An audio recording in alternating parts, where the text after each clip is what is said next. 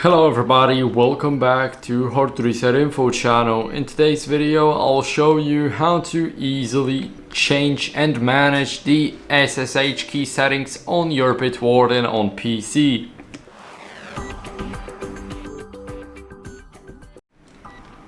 So first, what we want to do is we want to go over and click on our SSH key right here in all items. We can also find it in the types. Here we have the SSH key.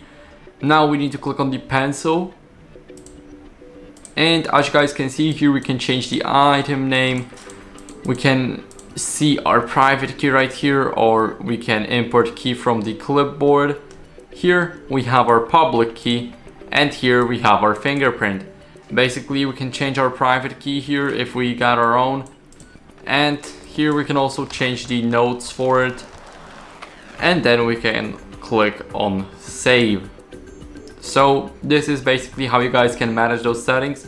I hope this video was helpful. If it was, then leave a like, subscription and a comment, and I'll see you in the next one.